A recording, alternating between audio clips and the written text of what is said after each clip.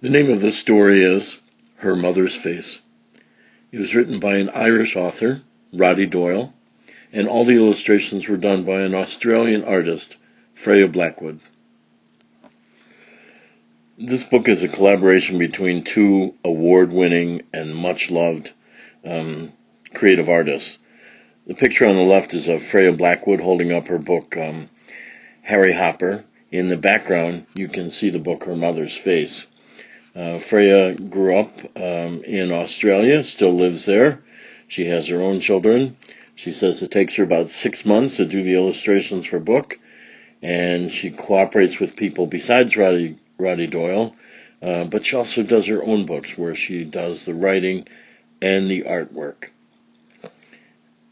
Roddy Doyle, we'll find out a little bit more later, has won many awards and writes books for grown-ups and for children. There was once this girl, and her name was Siobhan. She lived in a big house in Dublin with her father. It was a great house, full of interesting rooms and corners, full of old magazines and old machines and old toys and teddy bears. Siobhan spent hours and hours exploring the rooms and halls, and she always found something new. She loved the house. Her mother had died when Siobhan was only 3. She had no sisters and no brothers, no uncles, aunts, or cousins, and no grandparents. There was just Siobhan and her father.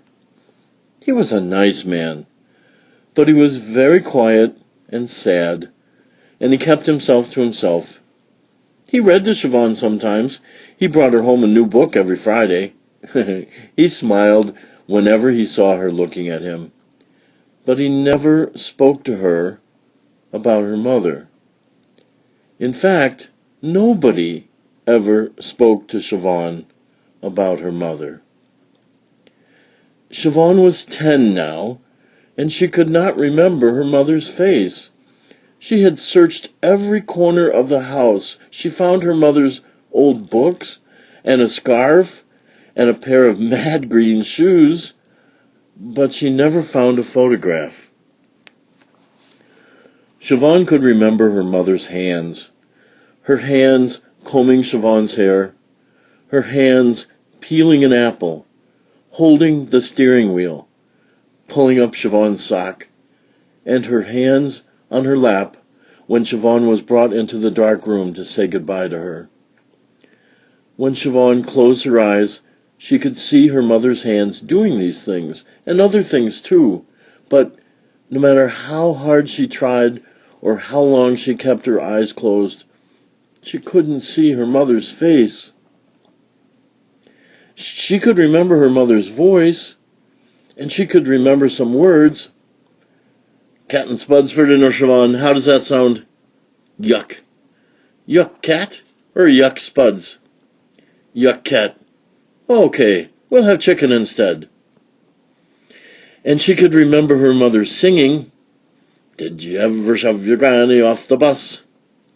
She could hear her mother, but she could never see her face.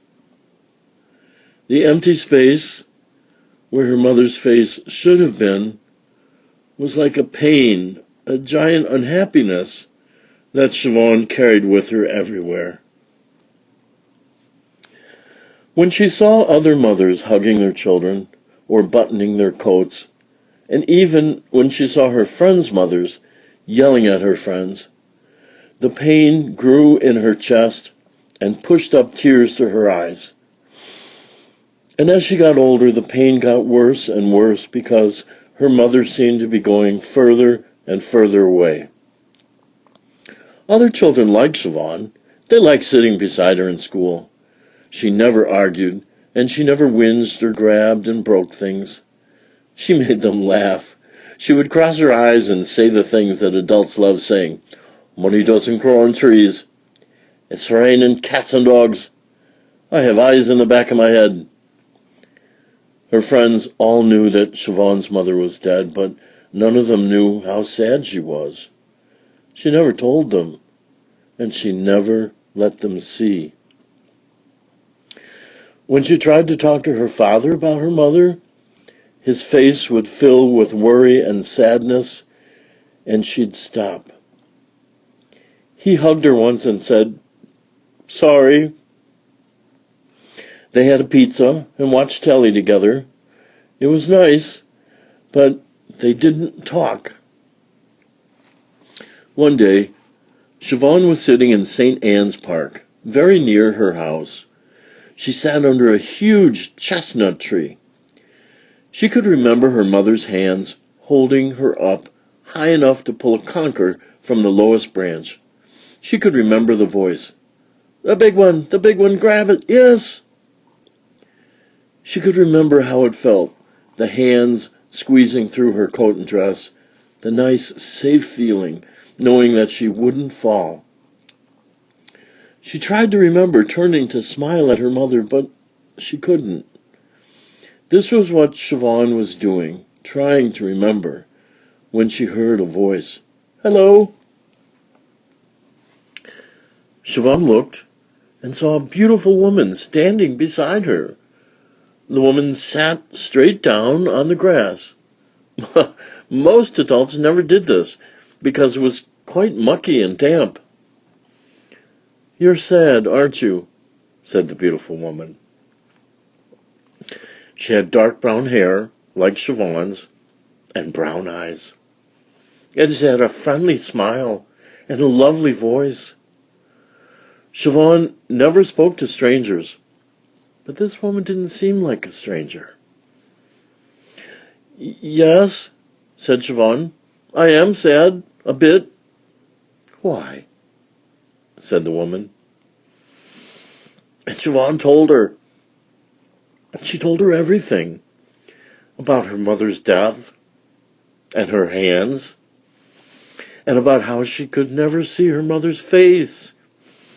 And she cried as she spoke, but she didn't mind. She just kept talking. The woman listened and smiled. "You know what you should do," she said when Siobhan had finished talking. "What?" said Siobhan. The woman wiped Siobhan's eyes with the sleeve of her jumper.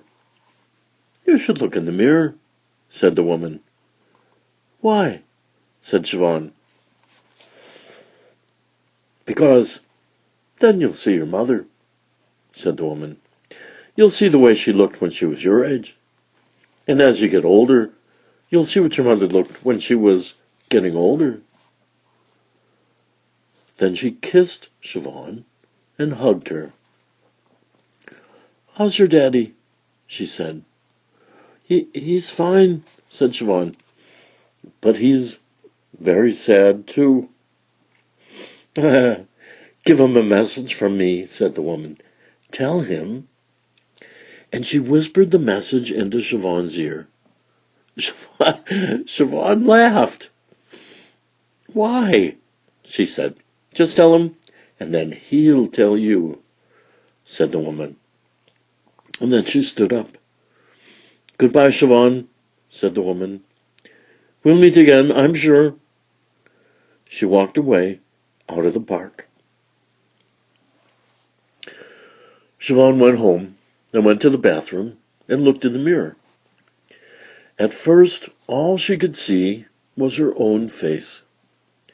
But she stayed there looking, and after a few minutes, she began to imagine another girl, very like herself, but not exactly the same.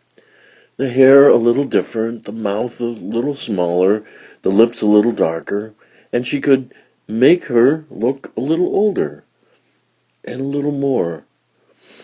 And Siobhan knew. She was able to imagine her mother's face. She closed her eyes. She could feel her mother's hands holding her up to grab the conker. She turned, and she could see her mother's face. It wasn't clear, it wasn't exact, but it was there, in her head. The big one, grab it, yes!" And Siobhan felt happy for the first time since her mother had died. But she forgot all about the beautiful woman's message to her father. Siobhan grew older, 14, 15. She looked in the mirror every morning and evening. Everybody noticed and thought that Siobhan was admiring her own beauty. But nobody minded because Siobhan was beautiful.